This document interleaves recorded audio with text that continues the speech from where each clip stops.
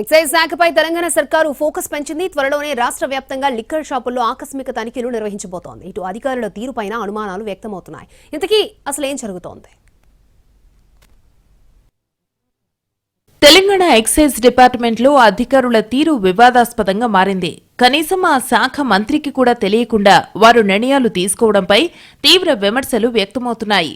తీరు మార్చుకోవాలని వార్నింగ్ ఇచ్చినా ఎలాంటి మార్పు కనిపించడం లేదు. దీంతో ఎక్సైజ్ శాఖపై మంత్రి జూపల్లి కృష్ణారావు ఫోకస్ పెంచారు. రాబోయే రోజుల్లో రాష్ట్ర వ్యాప్తంగా ఆకస్మిక తనిఖీలు చేపట్టాలని నిర్ణయించారు. గతంలో ఉన్నతాధికారులు తీసుకున్న నిర్ణయాలకు మంత్రి వివరణ ఇచ్చుకోవాల్సి వచ్చింది. దీంతో ఇకపై ఎలాంటి పరిస్థితి రాకుండా జాగ్రత్తలు తీసుకుంటున్నారు. అలాగే ఎప్పటికప్పుడు రిపోర్టును తెప్పించుకుంటున్నారు. అలాగే ఆదాయం ఎక్కడ తగ్గుతోంది, ఎక్కడ అవినీతి జరుగుతోంది అన్న దానిపై కూడా సర్కారు ఫోకస్ పెట్టింది.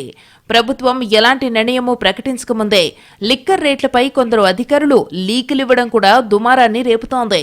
మరోవైపు ఏపీ, ఒడిశా, ఛత్తీస్గఢ్, మహారాష్ట్ర నుంచి డ్రగ్స్ రవాణా ఎక్కువగా జరుగుతోందని గుర్తించింది తెలంగాణ ప్రభుత్వం. దీంతో సరిహద్దు ప్రాంతాలలో చెక్పోస్టులు ఏర్పాటు చేసి నిఘా పెంచాలని ఇప్పటికే ఆదేశాలు జారీ చేసింది.